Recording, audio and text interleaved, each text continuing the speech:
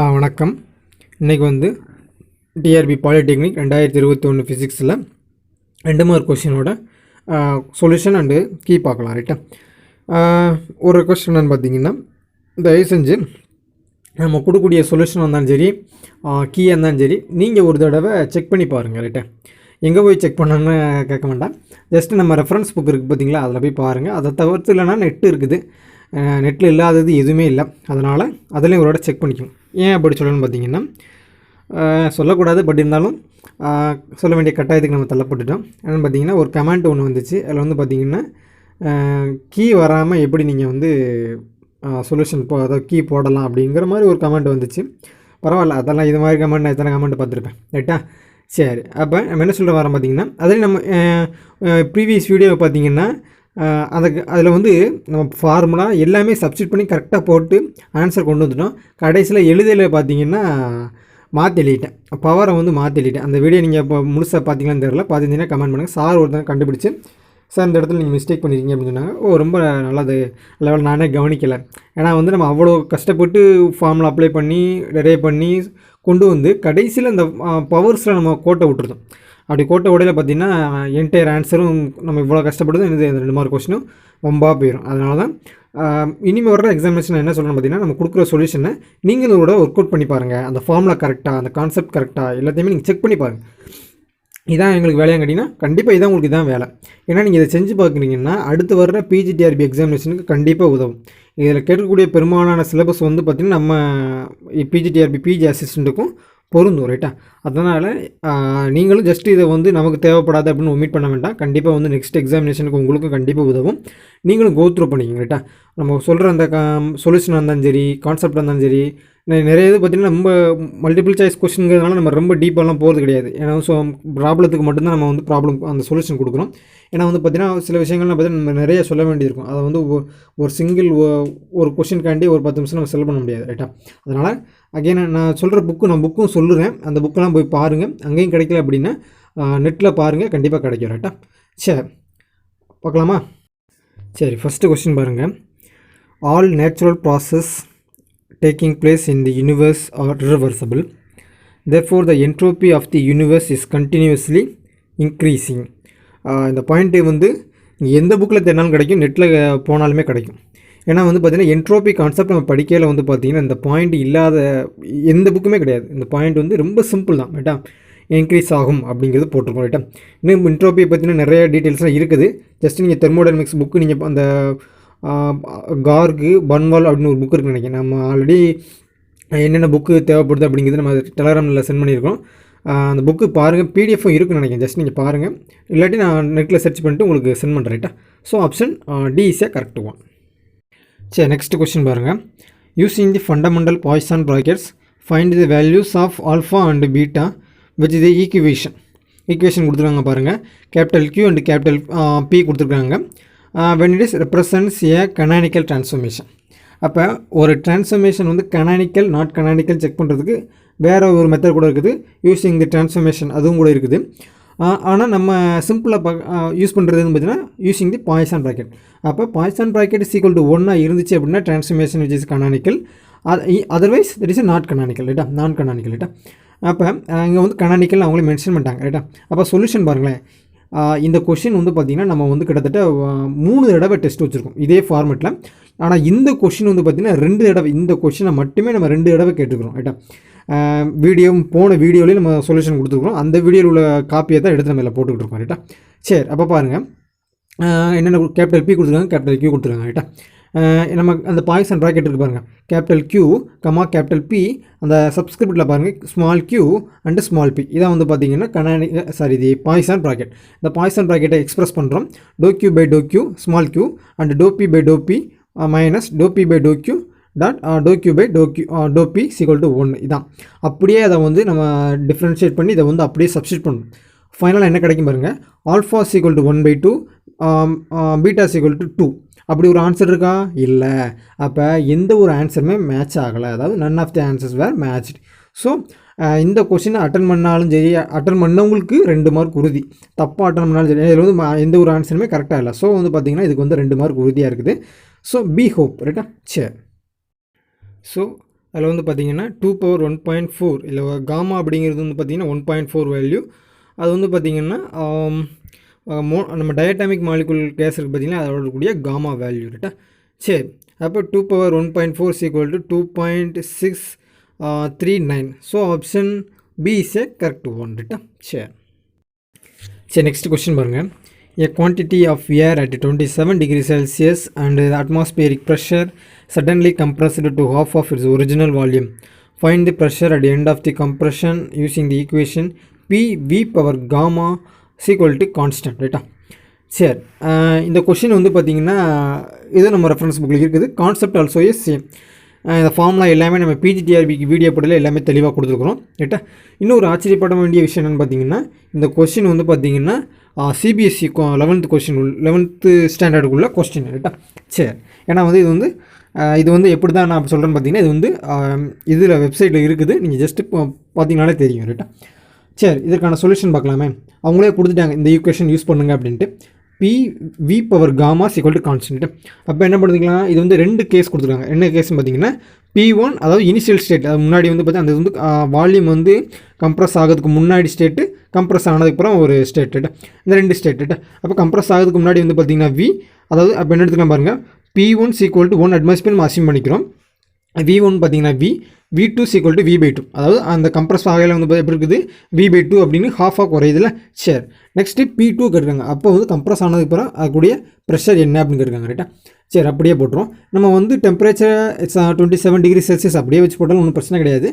நம்ம வழக்கமாக unit of மீன், அதனால் வந்து நம்ம கெல்வினுக்கு ஈஸியாக கன்வெர்ட் பண்ணிக்கலாம். ஜஸ்ட் 273 ஆட் பண்ணோம்னா நமக்கு வந்து 300 கெல்வின் கிடைக்கும். 300 கெல்வின் நம்ம வந்து வழக்கமாக இருக்கக்கூடிய டெம்பரேச்சர் ரைட்டா, சேம் தான் ரைட்டா. சரி, அப்போ பாருங்கள், அப்போ P1 V1 power gamma = P2 V2 power gamma ரைட்டா. அப்போ P2 வேணுமா என்ன பண்ணும், அந்த மற்ற டைமில் அந்த பக்கம் கொண்டு போயிட்டு அதில் அப்படியே சப்ஸ்டியூட் பண்ணி சிம்பிளிஃபை பண்ணால் நமக்கு வந்து என்ன கிடச்சிரும், ஆன்சர் ஈஸியாக கிடச்சிரும் ரைட்டா. அப்படின்னா இப்போ பாருங்கள், P2 = V1/V2 power gamma into P1. இப்போ V1க்கு பதிலாக V, V2க்கு பதிலாக V/2. அதை சிம்பிளிஃபை பண்ண என்ன கிடைக்கும் பாருங்கள், 2 power 1.4. இல்லை காமாவோட வேல்யூ வந்து பார்த்திங்கன்னா 1.4. That is a gamma value for diatomic molecule, that is 1.4 ரைட்டா. சரி, அப்போ சிம்பிளிஃபை பண்ண என்ன கிடைக்கும் பாருங்கள், 2.639. அப்போ என்ன எடுத்துக்கலாம், அப்போ option B is a correct one ரைட்டா. சரி, நெக்ஸ்ட் கொஸ்டின் பாருங்கள். மேட்ச் த ஃபாலோவிங் எடுக்கிறாங்க. இது எல்லாமே ஈஸி தான். நம்ம கூட அடிக்கடி சொன்னோம், இந்த எக்ஸாம் போகிறதுக்கு முன்னாடி கூட சொன்னோம், தயவு செஞ்சு எஸ்எஸ்பி புக்கில் இருக்கக்கூடிய இந்த ஃபெரோ எலக்ட்ரிசிட்டி மேக்னட்டிசத்தில் இருக்கக்கூடிய எல்லா டாப்பிக்குமே நீங்கள் வந்து படிச்சுட்டு போங்க, மனப்பாடம் பண்ண ரீட் பண்ணிவிட்டு போங்க, அதுலேருந்து கேட்பாங்கன்னு. அது மாதிரியும் 2 கொஷின் 4 மார்க் கொஷின் இதிலே கேட்டிருக்காங்க. சரி, என்னென்னு பாருங்கள். இதில் பாருங்கள், ferro electricity, anti ferro electricity, piezo electricity, ferro magnetism கொடுத்துருக்காங்க. இதில் பாருங்கள், ஃபெரோ எலக்ட்ரிசிட்டிங்கிறது என்ன, இதில் வந்து option B is a correct one. Ferro எலக்ட்ரிசிட்டின்னு என்ன பாருங்கள், தட் இஸ் 4th ஒன்று இருக்குதா, that is Rochelle salt. B வந்து பாருங்கள் anti ferro electricity, that is 1, that is lead zirconate. C வந்து பார்த்தீங்கன்னா piezo electricity, that is quartz. Ferro magnetism வந்து பார்த்தீங்கன்னா ஹிஸ்டரிசிஸ். இதில் சிடி வந்து பார்த்தீங்கன்னா நம்ம ஈஸியாக கண்டுபிடிச்சலாம். எப்படின்னு பார்த்தீங்கன்னா பீசோ எலக்ட்ரிசிட்டி வந்து common, that is quartz only, அதில் மட்டும் தான் ஒர்க் ஆகும். ஃபெரோ மேக்னட்டிசம் வந்து பார்த்தீங்கன்னா that is obey the hysteresis loop ரைட்டா. இந்த மற்ற 2 சூஸ் பண்ணுறது மட்டும் தான் கொஞ்சம் கவனமாக இருக்கும் ரைட்டா. சரி, அதில் வந்து அதெல்லாம் இருக்குது, ஜஸ்ட் நீங்கள் பார்த்துக்கங்க ரைட்டா. சரி, நெக்ஸ்ட் கொஸ்டின் பாருங்கள். According to which statistics the energy at absolute zero cannot be equal to zero? Option C is correct one, that is Fermi-Dirac statistics. எப்படின்னு பார்த்தீங்கன்னா Fermi-Dirac statistics deal with the spin half particles. இப்போ spin half particles electrons, protons like that ரைட்டா. அப்போ அந்த ஃபெர்மியான் case, அதாவது ஃபெர்மியா okay என்ன ஃபெர்மியன் கேஸில் வந்து பார்த்தீங்கன்னா வைப்ரேஷன் இருக்கும் ரைட்டா. அப்போ அந்த வைப்ரேஷன் நம்ம என்ன படிச்சிருப்போம், En = n + 1/2 h படிச்சிருப்போம். ஈவன் தோ அப்சல்யூட் n = 0 ஸ்டேட்டில் கூட எப்படி இருக்கும் பார்த்தீங்கன்னா இட் ஹேஸ் சம் எனர்ஜி ரைட்டா. அப்போ 0 அதாவது அப்சல்யூட் இருக்குல்ல, அப்சல்யூட் 0ல் இருந்தாலுமே பார்த்தீங்கன்னா அதோட எனர்ஜியோட வேல்யூ வந்து பார்த்தீங்கன்னா 0வாக ஆகாது. cannot be equal to 0. it has some energy that is like half h like that ரைட்டா. So option C is a correct one. Next question பாருங்கள். If f of z = u of x, y plus I v of x, y is analytic in a domain D, then u and v satisfy the Laplace equation. First இதை solve பண்ணுறதுக்கு நமக்கு வந்து Laplace form நம்ம தெரிஞ்சிச்சுன்னா easy தான். இது வந்து CR ஈக்குவேஷனுக்கு அடுத்து வரும். லாப்லாஸ் ஃபார்ம் பாருங்கள், del squared u equal to 0 and del squared v equal to 0. ரைட்டா, இங்கே வந்து நம்மளுக்கு குழப்பணுங்கிறதுக்காண்டி அந்த ஃபார்மெட்டுக்கு மாற்றி கொடுத்துருக்காங்க, அவ்வளோதான், வேறு ஒன்றுமே கிடையாது. அப்போ நம்ம இதை வந்து என்ன சொல்லுது ஸ்கொயரில் எப்படி எழுதணும்னு பார்த்தீங்கன்னா டிஃப்ரென்ஷியேட் ஃபார்மெட்டில் do squared u by do x squared plus do squared u by do y squared equal to 0. இது வந்து பார்த்தீங்கன்னா ஃபார் தி 2 டைமென்ஷன். ஸோ இதில் இப்போ பாருங்கள் ux plus uy equal to 0. அப்புறம் என்ன மீனிங்கு, 2 தடவை டிஃப்ரென்ஷியேட் பண்ணியிருக்கோம் அப்படிங்க நம்ம எடுத்துக்கணும். ரைட்டா, மற்ற கேஸில் வந்து அதில் மற்றல பாருங்கள், இப்போ சியில் ஒன்று பாருங்கள், அது ஒரே ஒரு இது மட்டும் தான் இருக்குது, 1 டைமென்ஷன் மட்டும் தான் இருக்குது. அதனால் அதை எடுத்துக்கூடாது. ரைட்டா, ஏன்னா வந்து பார்த்திங்கன்னா யூவும் கொடுத்துருக்காங்க, வியும் கொடுத்துருக்காங்க. ஏன்னா அதில் வி வந்து பார்த்திங்கன்னா எக்ஸ் நமக்கு வேணும்ல, ஏன்னா விலையும் எக்ஸ் இருக்குது, யூலையும் எக்ஸ் இருக்குது, ஒய் ரெண்டுமே இருக்குது. அதனால் வந்து பார்த்திங்கன்னா ஆப்ஷன் பி இஸ் கரெக்ட் ஒன்று. ரைட்டா, சரி நெக்ஸ்ட் கொஸ்டின் பாருங்கள். In an experiment a LED which emits light of wavelength 560 nanometer is used to determine the Planck constant. If the threshold voltage measured is 2.2 volts, then the value of Planck constant is measured as. இதை நீங்கள் செஞ்சு பார்க்கணுங்கிற அவசியமே இல்லை, கண்ணை மூடிட்டு போட்டுலாம். 6.626 × 10⁻34 joule second. Constant value எங்கேயுமே மாறாதில்ல, அதனால் அதை பற்றி நீங்கள் ஒர்க் பண்ண தேவையில்லை. பட் இருந்தாலும் இங்கே கொடுத்துருக்கிற இதை டேட்டாவை வச்சு நம்ம போட்டால் கரெக்டாக வருமா அப்படிங்கிறத நம்ம ஜஸ்ட் செக் பண்ணியிருக்கோம். ஜஸ்ட்டாக அப்போ என்னென்னு பாருங்கள், ஈஸி கோல்டு கட்சி நியூ, அவ்வளோதான், சிம்பிள். எனர்ஜிக்கும் ஃப்ரீக்வன்சிக்கும் உள்ள ரிலேஷன். இங்கே வந்து நமக்கு என்ன கொடுத்துருக்காங்க, லேம்டா வேவ் லென்த்தோட வேல்யூ கொடுத்துருக்காங்க. So E is equal to hc by lambda. வேறு ஈக்கும் விக்கும் உள்ள ரிலேஷன் பார்த்தீங்கன்னா ஈஸி கோல்டு மைனஸ் இவி. ரைட்டா, அப்போ எலக்ட்ரான் இன்ட்டு வோல்டேஜ். ரைட்டா, சரி, அப்போ அது நமக்கு ஒன்றும் என்ன வேணும், ஹச் வேணும். அப்போ மற்ற டேர்ம்ஸ் எல்லாம் அந்த பக்கம் கொண்டு போயிட்டு அதோட டேட்டாஸ் அப்படியே நம்ம சப்ஸ்டியூட் பண்ணோம்னா நமக்கு என்ன கிடைக்கும் பாருங்கள், 6.57 அப்படின்னு நமக்கு கிடைக்கிது, ரஃபாக நமக்கு கிடைக்கிது. நம்ம வந்து ரவுண்ட் ஆஃப் பண்ணால் 6.6 அப்படின்னு நம்ம மாற்றிக்கலாம். இன்ட்டு 10⁻−34. இதில் வந்து பார்த்திங்கன்னா யூனிட் எப்படி கிடைக்கும் பாருங்கள், C that is a coulomb, volt, metre cancel ஆகிடுச்சு, செகண்ட். அதில் சிவி அதை வந்து நம்ம எப்படி எழுதிக்கலாம் பார்த்தீங்கன்னா தட் இஸ் எ ஜூல் அப்படின்னு எழுதிக்கலாம். So option B is a correct one. ஓகேவா, இதில் கை இ அப்படிங்கிறது என்னது, எலக்ட்ரிக் சசப்டபிலிட்டி. ரைட்டா, இந்த இதெல்லாம் வந்து பார்த்திங்கன்னா நம்ம எஸ்எஸ்பி புக்கில் அப்படியே கொடுத்துருக்காங்க, நீங்கள் எதுவுமே தேட வேண்டாம். ஆல்ரெடி நம்ம பிஜிடிஆர்பிக்கும் வீடியோவும் போட்டுக்கிறோம். ஸோ ஜஸ்ட்டு நீங்கள் பார்த்துக்குங்க. ரைட்டா, சரி நெக்ஸ்ட் கொஸ்டின் பாருங்கள். In an isotropic dielectric material E vector, D vector and P vector represents the intensity of electric field, electric displacement vector, polarization vector respectively. Which of the following are correct? இதெல்லாம் வந்து நம்ம யோசிக்கவே வேண்டாம். Option B is correct. 1 2 3 correct. என்னென்னு பார்த்தீங்கன்னா சைடில் கொடுத்துருக்கேன் பாருங்கள். D = epsilon E. இந்த ஒரு ஃபார்முலா வந்து நம்ம 2 ஃபார்முலா மட்டும் தெரிஞ்சால் போதும். D = எப்சிலான் இ, அது epsilon epsilon naught into epsilon R. அதை அப்படியே சப்ஸ்டியூட் பண்ணால் 1வது வந்து கரெக்ட். ரைட்டா, சரி, 2வது வந்து பாருங்கள், அது வந்து டேரக்ட் ஃபார்முலா. இதில் வந்து பார்த்தீங்கன்னா நோ எக்ஸ்ப்ளனேஷன் இன்டூ திஸ். ரைட்டா, அப்போ D = epsilon not E plus B. ரைட்டா, தேர்டு ஒன்று பாருங்கள், அதே தான். D = எப்சிலான் இ போட்டாச்சு. அப்போ அதில் epsilon epsilon naught into 1 + chi e into e, where chi. Next question பாருங்கள். The radial wave function of the hydrogen atom for 1s state is. Option A is correct one. That is psi 1s = 2/a^3/2 into e⁻⁻r/e. இந்த question வந்து பார்த்திங்கன்னா நம்ம கிட்டத்தட்ட 3 தடவை test வச்சோம். அதில் most probable distance, அதில் வேறு A is nothing but A Bohr radius. ரைட்டா, ஆருங்கிறது ஃபங்க்ஷன், மற்றபடி எல்லாமே வேறு எதுவுமே பிரச்சனை கிடையாது. ஜென்ரலாக வந்து பார்த்தீங்கன்னா psi n l மென்ஷன் பண்ணுவாங்க. n is a principal quantum number, l வந்து orbital quantum number. In case l = 0 அப்படின்னு பார்த்தீங்கன்னா இது வந்து பார்த்திங்கன்னா நிறைய பெரிய டெரிவேஷன் இருக்கும், அது நமக்கு தேவையில்லை. வேறு l = 0 for S wave, for l = 1 spdf அப்படியே போய்கிட்டே இருக்கும். ரைட்டா, ப்ரீவியஸ் டெஸ்ட்டு நீங்கள் பார்த்தீங்கன்னாலே தெரியும், இந்த ஃபார்மேட்டில் நம்ம கொடுத்துருப்போம். இதில் இன்னும் வர்ற டெஸ்ட்டு நமக்கு பிஜிடிஆர்பிக்கு அதில் மோஸ்ட் ப்ராபபிள் டிஸ்டன்ஸ் அப்படின்னு ஒன்று இருக்குது, அதை கண்டிப்பாக கேட்பாங்க. ரைட்டா, ஜஸ்ட் நீங்கள் பார்த்துக்குங்க. நெக்ஸ்ட் கொஸ்டின் பாருங்கள்.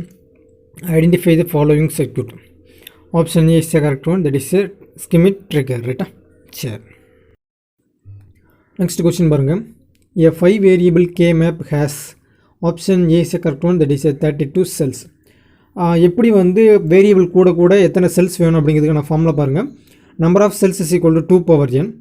இன்கேஸ் வந்து பார்த்திங்கன்னா 2 வேரியபிள் இருந்துச்சு அப்படின்னா ஏபி அப்படி இருந்துச்சுன்னா 4 அப்படியே கூட்டிகிட்டே போங்க 2/n. ரைட்டா, அப்போ 2/5 = 32 cells. ரைட்டா, நெக்ஸ்ட் கொஸ்டின் பாருங்கள். The relation for optical theorem for the elastic scattering of spherical symmetric potential is.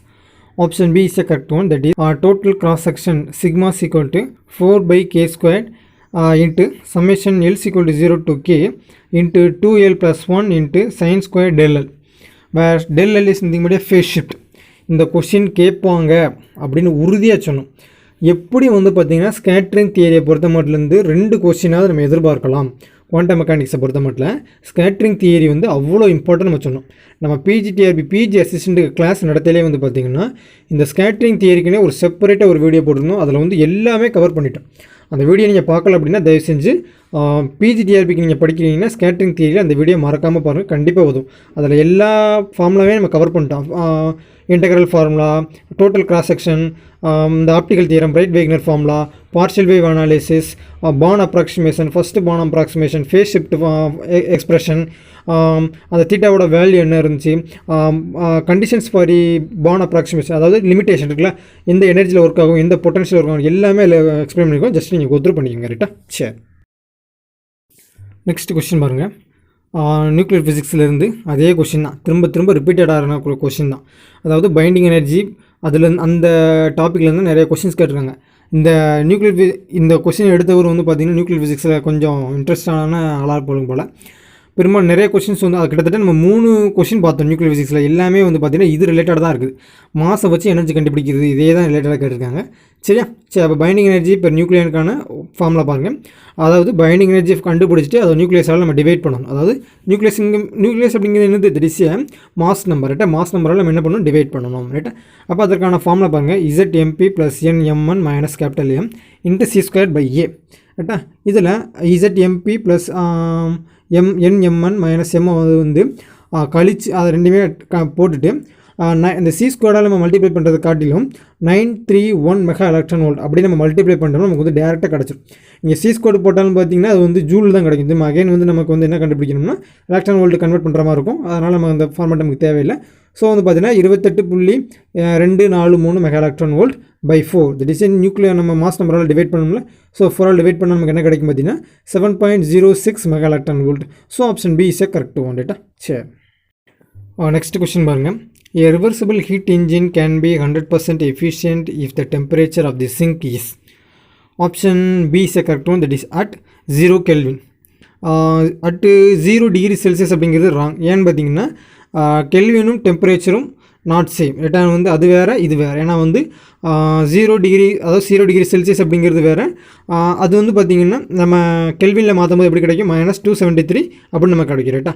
அப்போ அது வேறு இது வேறு. ரைட்டா? சரி, அப்போ அதுக்கான அந்த ஃபார்முலா பாருங்களேன். நம்ம எஃபிஷியன்ஸிக்கான ஃபார்முலா, எஃபிஷியன்சி ஈட்டா = 1 - T2/T1. இது வந்து பார்த்திங்கன்னா ஃபார்முலா. இதில் T1 அப்படிங்கிறது என்னது? சோர்ஸோட டெம்பரேச்சர். T2 அப்படிங்கிறது சிங்கோட டெம்பரேச்சர். ரைட்டா?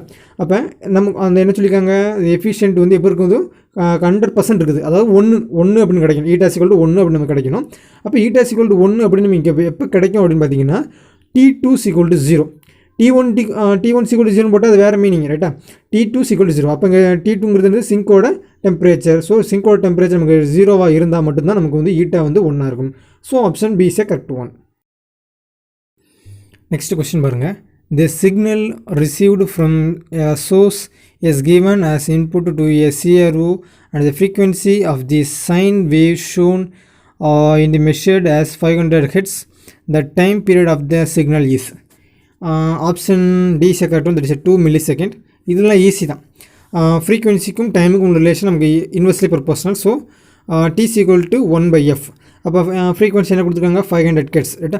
அப்போ 1/500 Hz is equal to 0.2 × 10⁻² second. ரைட்டா? அதை வந்து நம்ம என்ன சொல்கிறது கரெக்டாக கன்வெர்ட் பண்ணணும் அப்படின்னு பார்த்தீங்கன்னா 2 millisecond. ரைட்டா? So 2 × 10⁻³ second. So option D is correct one. சரி, நெக்ஸ்ட் கொஸ்டின் பாருங்கள். லெஃப்ட் ஹேண்ட் சைடில் என்ன கொடுத்துருக்காங்க பாருங்கள். டயா, பேரா, ஃபெர்ரோ அண்ட் ஆன்டிஃபெர்ரோ கொடுத்துருக்காங்க. ரைட் ஹேண்ட் சைடில் rare earth metal, salts, temperature independent and dependent, susceptibility கொடுத்துருக்காங்க. ரைட்டா? இந்த பாயிண்ட்ஸில் எங்கேருந்து கலெக்ட் பண்ணிக்காங்க பார்த்தீங்கன்னா magnetic properties of materials. Already வந்து பார்த்திங்கன்னா நம்ம பிஜிடிஆர்பிக்கு கிளாஸ் நடத்தையிலே சொன்னோம். அதுக்கான பிடிஎஃப்பும் நம்ம சென்ட் பண்ணோம், செப்பரேட்டாக வீடியோவும் போட்டுக்கணும். ரைட்டா? அதில் சசப்டிபிலிட்டியை பேஸ் பண்ணி தாங்க இருக்காங்க. இதோட மெயின் தீமை வந்து பார்த்தீங்கன்னா கைஸ் equal to C by T minus TC ரைட்டா. இதுதான் வேறு ஒன்றுமே கிடையாது ரைட்டா.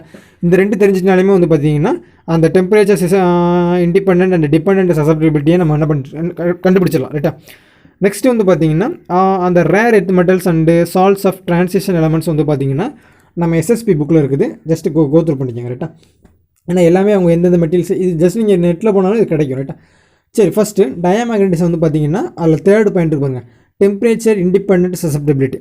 ஏன்னா வந்து மேக்னட்டிசம் மெட்டீரியலில் வந்து பார்த்திங்கன்னா நம்ம டெம்பரேச்சரை ஆட் பண்ணாலோ இல்லாட்டி ரிமூவ் பண்ணாலோ நோ எஃபெக்ட் ரைட்டா. ஏன்னா வந்து டயாமேக்னட்டிசம் விச் சம்திங் பற்றி என்ன சொல்லுவாங்க, நம்ம இதை அந்த டயாமேக்னட்டிக் மெட்டீரியல் நம்ம என்ன பண்ணலாம், சூப்பர் கண்டக்டராக கன்வெர்ட் பண்ணலாம். அப்போ சூப்பர் கண்டக்டராக கன்வெர்ட் பண்ணது டெம்பரேச்சர் நம்ம குறைக்கலாம் ரைட்டா. அப்போ என்னது அந்த அது அது நம்ம டெம்பரேச்சர் குறைச்சாலும் குறைக்கலாட்டி அது வந்து மேக்னெட்டிக் ப்ராப்பர்ட்டிஸை ஒபே பண்ணாது. ஏன்னா வந்து இன்சைடு வந்து மேக்னெட்டிக் ஃபீல்டு வந்து என்னது 0 ஃபார் தி சூப்பர் கண்டக்டர் ரைட்டா. அப்போ இருந்தது டயாமேக்னட்டிசம் வந்து டெம்பரேச்சர் வந்து சார்ந்ததில்லை. தட் இஸ் அந்த சசப்டிபிலிட்டி வந்து டெம்பரேச்சர் இண்டிபெண்டன்ட் ரைட்டா. அதில் வந்து தேர்டு ஒன்று ரைட்டா. அப்போ வந்து பார்த்திங்கன்னா தேர்டு ஒன்று எங்கே இருக்குது, ஏயும் சியும் இருக்குது ரைட்டா. அப்போ ஏயும் சியும் தான் கரெக்டாக, அதில் ஏதாவது ஒன்று இருக்கணும் ரைட்டா. நெக்ஸ்ட்டு வந்து பார்த்திங்கன்னா பேராமேக்னட்டிசம் இருக்குதா. அப்போ பேராமேக்னட்டிசம் வந்து பார்த்திங்கன்னா டெம்பரேச்சர் டிபெண்டன்ட் சசப்டிபிலிட்டி ரைட்டா. ஸோ அதில் வந்து பார்த்திங்கன்னா அப்போ temperature dependent susceptibility for the paramagnetism ரைட்டா. நெக்ஸ்ட்டு ஃபெர்ரோ பாருங்கள். ஃபெர்ரோவில் வந்து என்னது டிஃபால்ட்டாகவே என்ன இருக்கும், டொமைன் இருக்கும், என்ன இருக்குது மொமெண்ட் இது டைபோல் மொமெண்ட் இருக்கும் ரைட்டா. அப்போ which is nothing but rare earth metals ரைட்டா. சரி, நெக்ஸ்ட்டு ஆன்டி ஃபெர்ரோ மேக்னட்டிசம் பாருங்கள். என்ன இருக்குது, salts of transition elements. Transition elements என்னது, தட் இஸ் அந்த நம்ம பீரியடிக் டேபிள் இருக்குது பார்த்தீங்களா, அந்த இதில் வந்து பார்த்திங்கன்னா நம்ம என்ன அந்த வெர்டிகலாக இருக்கும் பார்த்திங்கன்னா, வெர்டிகலாக இருக்கக்கூடிய காலத்தில் வந்து பார்த்திங்கன்னா அந்த டிரான்சிட் ஆகும். அந்த ஸ்டேட்லேருந்து அந்த ஸ்டேட்டுக்கு என்னது டிரான்சிட் ஆகும். அதான் வந்து பார்த்திங்கன்னா salts of the transition elements. அது which is nothing but antiferro magnetism. So option A is a correct one for diamagnetism வந்து பார்த்திங்கன்னா 3, பேராக்கு வந்து 4, சி அதாவது ஃபெர்ரோக்கு வந்து பார்த்திங்கன்னா 1, டி வந்து ஆன்டிஃபெர்ரோ வந்து பார்த்திங்கன்னா 2. ஸோ 1.